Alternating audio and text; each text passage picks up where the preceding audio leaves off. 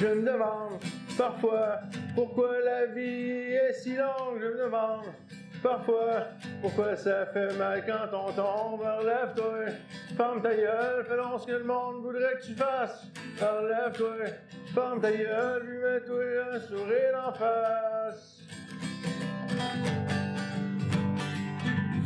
J'aime mon père, j'aime ma mère, c'est eux qui m'ont souvent sorti de l'enfer.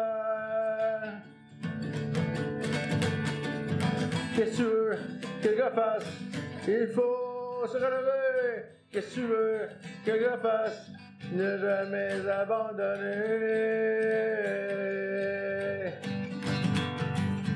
Alors lève-toi, ferme ta gueule, fais donc ce que le monde voudrait que tu fasses. Alors lève-toi, ferme ta gueule, mets-toi un sourire en face.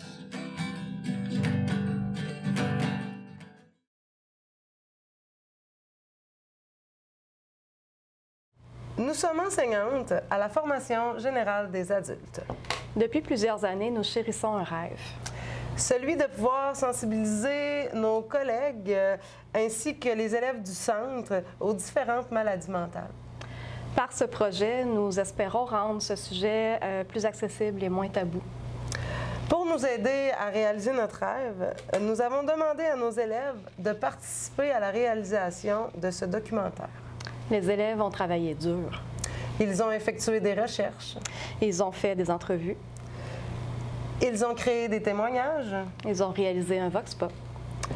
C'est avec une grande fierté que nous vous présentons aujourd'hui le fruit de leur travail. Comme eux, nous espérons que ce documentaire vous permettra de voir la santé mentale sous un angle différent. Voici donc le résultat de notre projet que nous avons nommé « Derrière les masques ». Ceux qui m'ont jugé se sont royalement trompés. Lâchez donc ma confiance en moi. Alors lève-toi, ferme ta gueule, fais donc ce que le monde voudrait que tu fasses. Alors lève-toi, ferme ta gueule, mets-toi un sourire en face.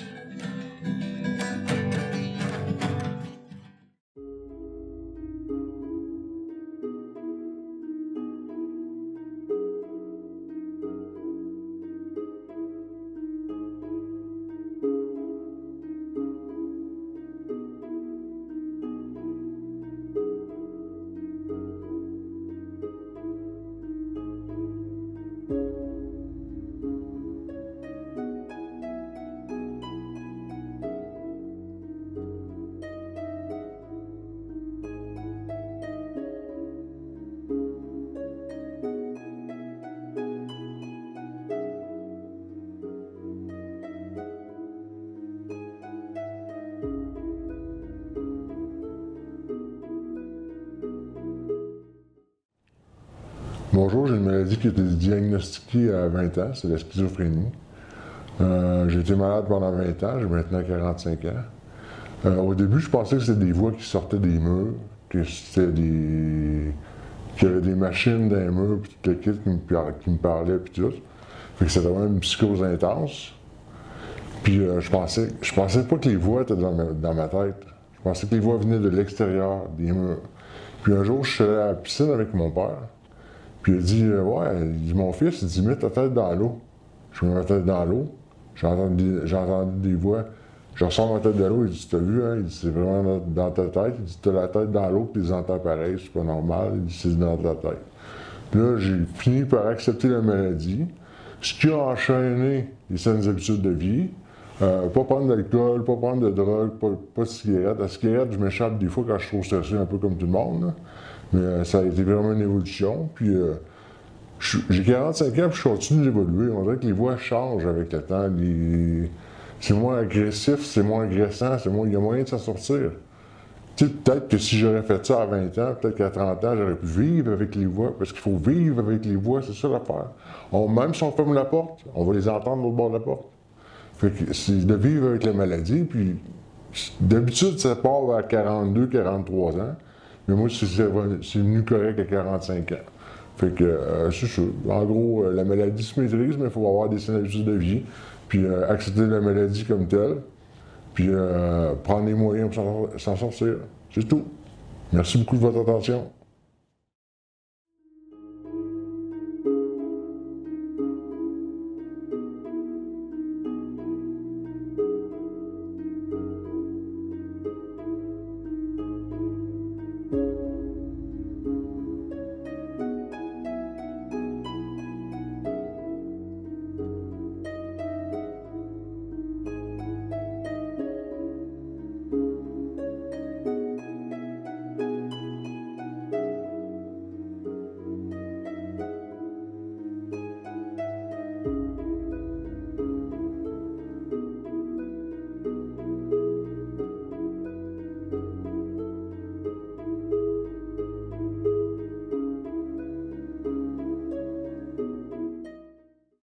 Bonjour, j'ai reçu le diagnostic du trouble de l'autisme à l'âge de 8 ans. Mon problème du spectre de l'autisme, c'est que parfois j'ai du mal à expliquer les choses aux autres et à les comprendre. Ça m'arrive aussi à la maison. Je réfléchis avant de parler car j'ai du mal à contrôler mes émotions. J'ai expliqué à quel point j'étais incapable d'expliquer et ils m'ont donné leur avis sur la façon de gérer mes émotions. De plus, j'ai aussi un trouble du langage. Chaque fois que je voyais ou pensais à un mot, je le disais mal et les autres m'aidant à le dire correctement. C'est quoi le diagnostic? J'ai été diagnostiquée du spectre de l'autisme, j'avais à peu près 21 ans. Puis jusque-là, je pensais que j'étais pas normale, je comprenais pas. Puis ça m'a souvent donné de l'anxiété, puis même maintenant. Puis à cause d'anxiété, souvent je pleure. Puis parfois je sais même pas vraiment pourquoi. Puis quand je pleure, ben, du coup j'ai l'impression d'être un bébé. Puis du coup, ben, j'ai encore de la misère avec les émotions, à les accepter. Mais ça fait pas longtemps que j'ai eu une intervenante, mais c'est ça, c'est récent. Puis même là, j'ai 29 ans, ça fait juste quelques années, alors c'est pas encore facile.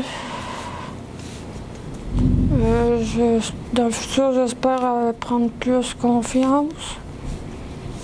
Puis j'imagine que même quand c'est pas facile, ça peut devenir meilleur.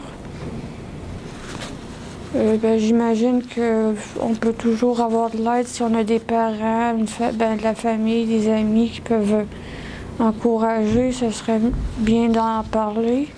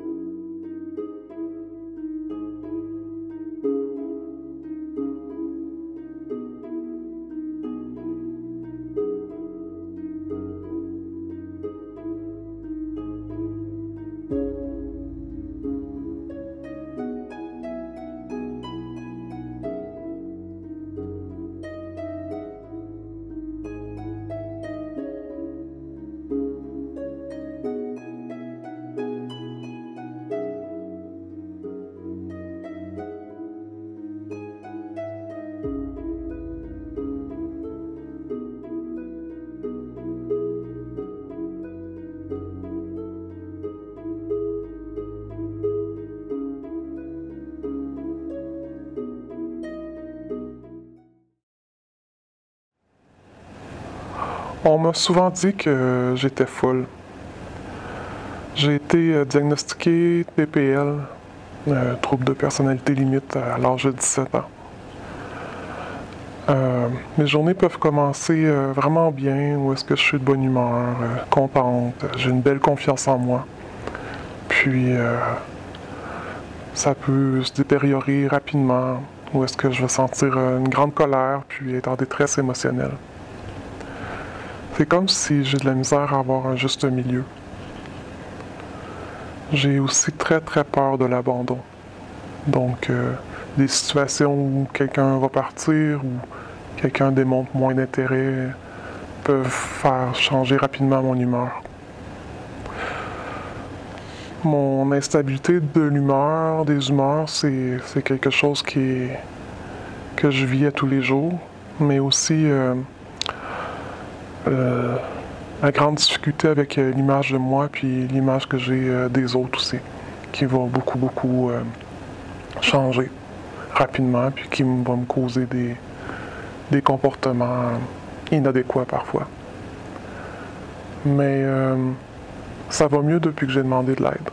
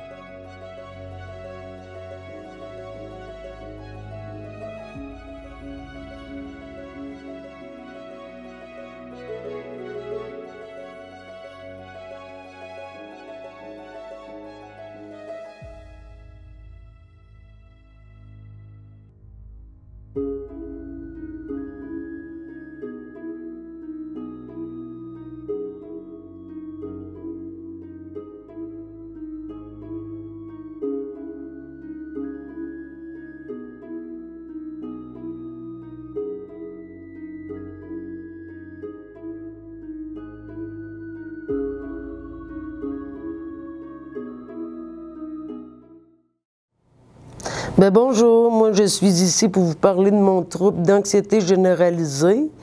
Moi, en fait, j'ai ça depuis l'âge de 14 ans parce que j'ai été diagnostiquée. Parce que quand j'étais enfant, j'étais un enfant beaucoup anxieuse, seule, qui s'en faisait tout pour rien. Puis là, ça m'a suivi jusqu'à l'âge adulte. Même que je peux vous dire que c'est pas plaisant parce que je m'en fais pour tout et rien. Puis même si mon entourage m'aide ou essaie de me faire comprendre, c'est un éternel recommencement. C'est qu'on dirait dans mon cerveau que je le comprends pas. J'angoisse, je suis anxieuse. Puis je sors presque pas de chez moi, même des fois. Ça m'empêche de faire mes choses. Moi, qu'est-ce qui m'aide à me faire sentir mieux? C'est d'avoir un animal avec moi, comme moi j'ai un chat. C'est que mon chat vienne sur moi, je le prends, je le flatte. De jouer à la console, écouter ma musique préférée, puis aller marcher. Mais il y a des journées que je me sens très anxieuse. Puis mes journées sont difficiles. Puis je ne savais pas si vous savez, mais c'est épuisant d'être toujours bien être anxieux. C'est qu'on a peur tout le temps. On a peur de décevoir à des gens, peur d'être déçu, peur du rejet, de l'abandon, de ne pas être aimé. Mais je crois qu'il y a peut-être de l'espoir, c'est peut-être que je le travaille. Comment le travailler? C'est une bonne question. Peut-être apprendre plus à voir les journées au jour le jour. Profiter de la vie, de mes amis, ma famille. Les médicaments, ça m'aide parce que j'ai une maladie aussi, je ne veux pas le dire. Mais ça m'aide. Sinon, ben, je vous remercie d'avoir écouté mon témoignage. J'ai pas rien d'autre à ajouter.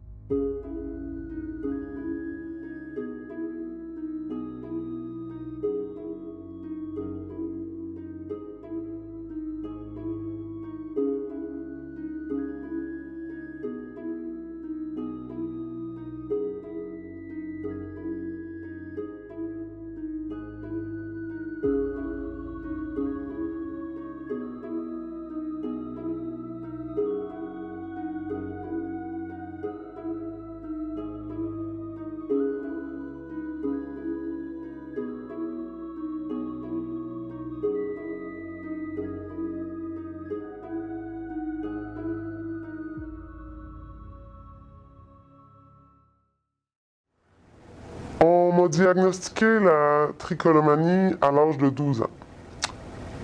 Depuis que je suis jeune, j'ai cette tendance à m'arracher les poils, les cheveux, les sourcils. Dans le fond, quand je vis des situations stressantes, c'est là que je ressens le besoin de m'arracher des cheveux ou des poils. On dirait que ça m'aide, c'est un peu un moyen de faire face ou de pour gérer mon stress. Avec les années, j'ai découvert que lorsque je m'entoure de gens, j'ai moins tendance à vouloir arracher mes cheveux ou mes poils parce que je suis en public. Donc, c'est un truc que j'essaie d'utiliser le plus souvent pour éviter justement de m'arracher des poils et des cheveux.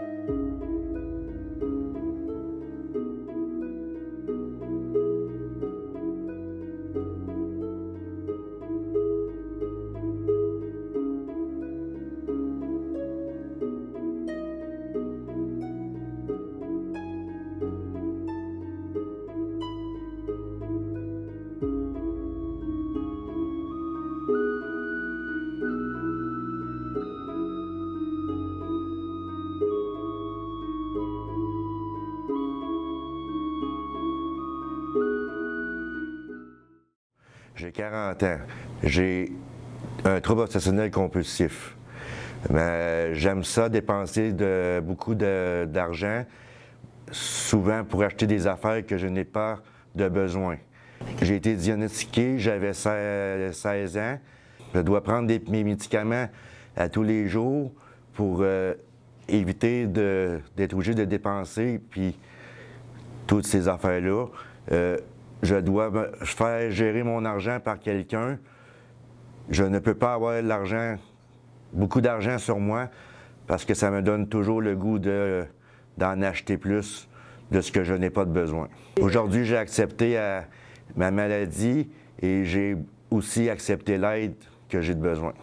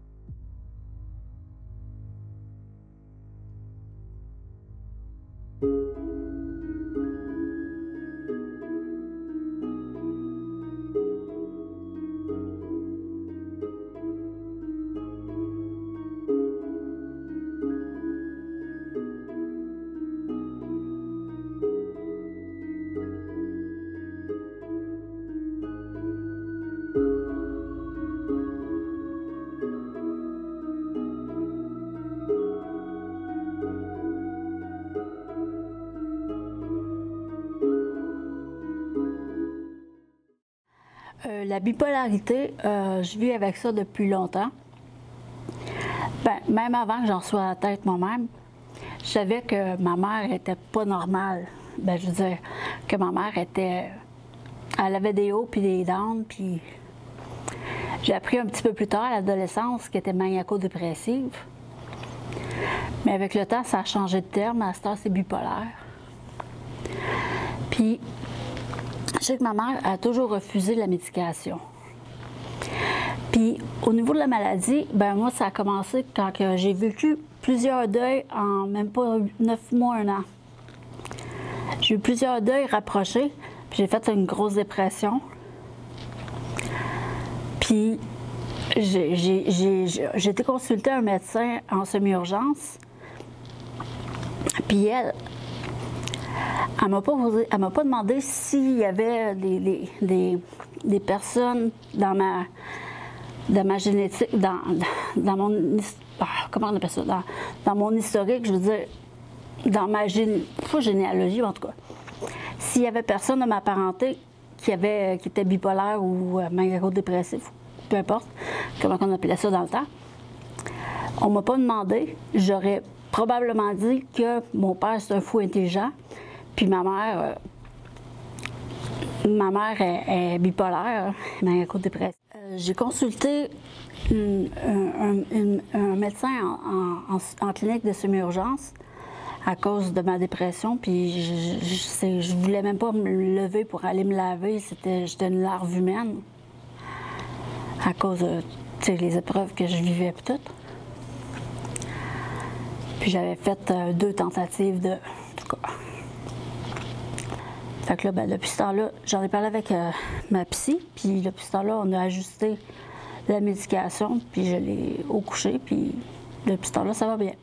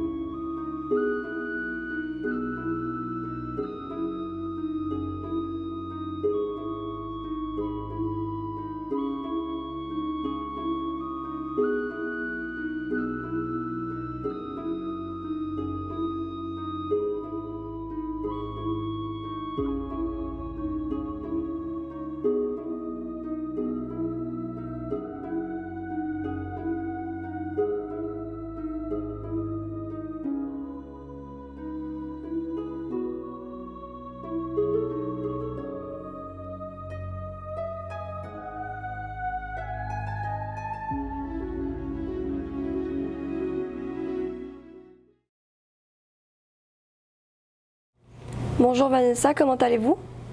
Ça va bien, merci. Toi? Ça va très bien. Je vais vous poser 2 questions. OK.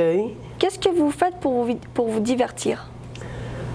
Ben moi, qu'est-ce que je fais pour me divertir? C'est que je vais marcher, m'occuper de mon chat, mon animal, puis jouer au Xbox. Ah, ça a l'air le fun.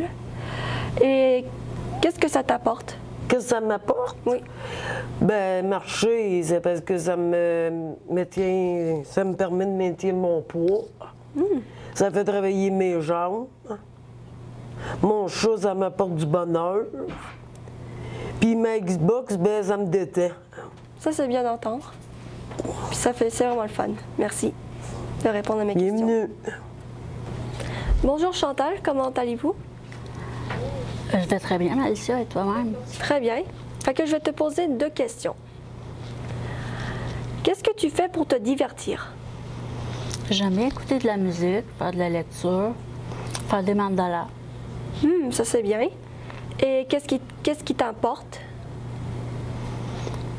Ça me détend, surtout faire des mandalas, ça me permet de me recentrer sur moi, vivre l'instant présent, pas arrêter de m'en faire, me vider l'esprit, ça fait du bien. Ça c'est sûr, oui. Merci de me répondre à mes 2 questions. Merci. Connais-tu l'art-thérapie? Oui. Et tu fais quoi? J'ai différents dessins. Et qu'est-ce que ça t'apporte? Ben, ça m'apporte beaucoup de bien, puis j'aime ça créer des dessins. C'est le fun, et merci beaucoup. Bien, oui. Tu connais-tu l'art-thérapie? Oui. Que fais-tu comme art-thérapie? Bricolage, dessin, coloriage. C'est le fun. Et ça t'apporte quoi? De la relaxation, du divertissement puis du défoulement. Ben, c'est le fun et merci beaucoup. Ça fait plaisir. Bonjour Amandine, comment allez-vous? Bonjour, ça va très bien. Moi, ça va très bien. Je vais vous poser 2 questions. OK. Qu'est-ce que vous faites à divertir? Pour me divertir, je prends des marches, je parle avec des gens et aussi je lis des livres. Ah, ça c'est le fun, moi aussi j'aime lire. OK. Et qu'est-ce que ça apporte? Ben, ça m'apporte beaucoup de calme et ça m'apporte beaucoup de concentration sur moi-même. Donc, je me sens plus libre et je peux faire beaucoup de choses après. Ah, ça c'est vraiment bien. Merci de répondre à mes 2 questions, Amandine. De rien. Salut, tu as des questions à me poser? Oui, tu connais-tu ça, l'art-thérapie? Ouais. Un petit peu, probablement. Tu peux m'expliquer? L'art-thérapie dessinée? Ben, comme genre dessiné où tu fais des bandes dessinées, ouais. Tu fais quelque chose pour enlever le stress. Ah, il y a les mandalas, il y a plusieurs choses. Le dessin, c'est vraiment... Et tu fais quoi de comme genre... Cartoon. Des petits cartoons, puis un petit peu de mandala une fois de temps en temps là, pour recentrer l'esprit par rapport à ça. Oui. Et ça t'apporte quoi à faire du mandala ou du dessin ou la guitare? Ah ouais, c'est sûr que la guitare est forte, là, mais le dessin, c'est un moment de solitude que tu peux penser à rien de ça. C'est un des rares exercices que, comme de fait, tu penses à rien, puis tu relaxes. Ben oui. Puis, c'est ça. Ben, as-tu d'autres questions? Ben non, ça t'apporte au moins, ça te relaxe et c'est le fun. Ouais. Mais merci beaucoup et passe une belle journée. Merci. Que fais-tu pour prendre soin de toi? Je dors. Je prends un bon bain chaud avec des bulles. Je m'en vais avec des amis prendre une crème glacée. Qu'est-ce qui te rend de bonne humeur? Quand mon frère il me texte puis qu'il vient me voir. OK. Que fais-tu dans tes loisirs? Je fais des mandalas, j'écoute la lecture, j'écoute de la musique, je fais de la lecture. Merci beaucoup. Ça fut un plaisir. Que fais-tu pour prendre soin de toi? Me reposer, prendre des marches, faire du vélo. Qu'est-ce qui te rend de bonne humeur? Passer du temps avec ma famille, mes amis, puis dans la nature. Puis que fais-tu dans tes loisirs? Vélo, de la marche, du 4 roues, skidoo. Merci beaucoup d'avoir répondu à mes questions. Parfait, ça fait plaisir.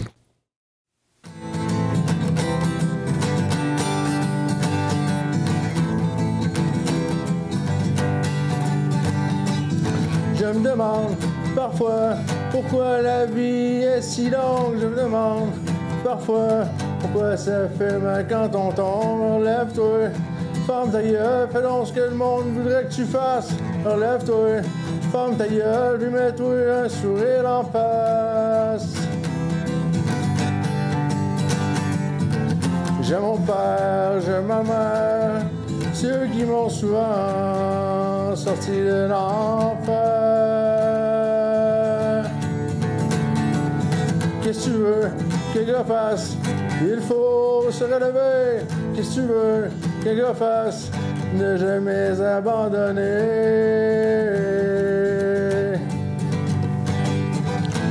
Relève-toi, ferme ta gueule, fais donc ce que le monde voudrait que tu fasses. Relève-toi, ferme ta gueule, mets-toi un sourire en face. J'aime mon père, j'aime ma mère, c'est eux qui m'ont souvent sorti de l'enfer. Ceux qui m'ont jugé se sont royalement trompés. Lâchez donc ma confiance en moi.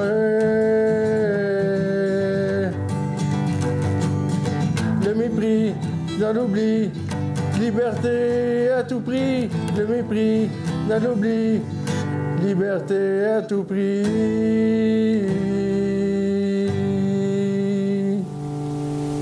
Ensemble, on va s'en sortir.